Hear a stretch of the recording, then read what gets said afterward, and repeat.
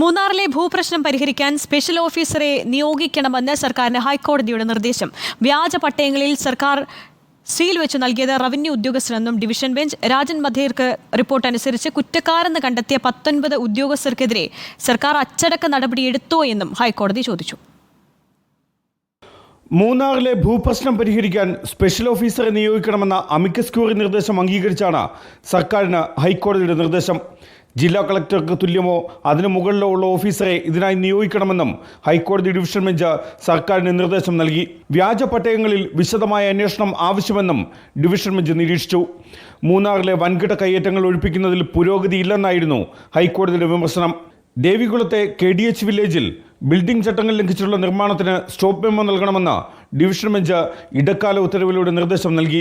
സ്വീകരിച്ച നടപടികൾ ഉൾപ്പെടുത്തി ഹൈക്കോടതിക്ക് റിപ്പോർട്ട് നൽകണമെന്നുമാണ് ഡിവിഷൻ ബെഞ്ച് മൂന്നാർ ഗ്രാമപഞ്ചായത്ത് സെക്രട്ടറിക്ക് നൽകിയ നിർദ്ദേശം.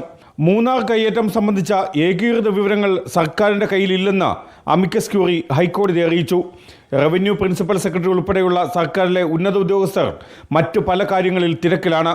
ഉന്നതരുടെ ഫയലുകൾ മാത്രം കൈകാര്യം ചെയ്യുന്ന ഉദ്യോഗസ്ഥരുണ്ട്. ഉന്നതരുടേതല്ലാത്ത ഫയലുകൾ കീഴുദ്യോഗസ്ഥരെ ഏൽപ്പിക്കും. ഹൈക്കോടതിയുടെ ഇടക്കാല ഉത്തരവുകളെ ചില ഉദ്യോഗസ്ഥർ ദുരുപയോഗിക്കുന്നു.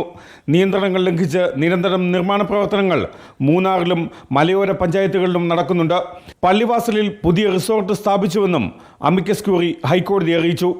ഇടുക്കിയിലെ ഭൂമി കയ്യേറ്റം സംബന്ധിച്ച ഒരു കൂട്ടം ഹർജികൾ ഹൈക്കോടതി ചൊവ്വാഴ്ച വീണ്ടും പരിഗണിക്കും. റിപ്പോർട്ടർ, കൊച്ചി.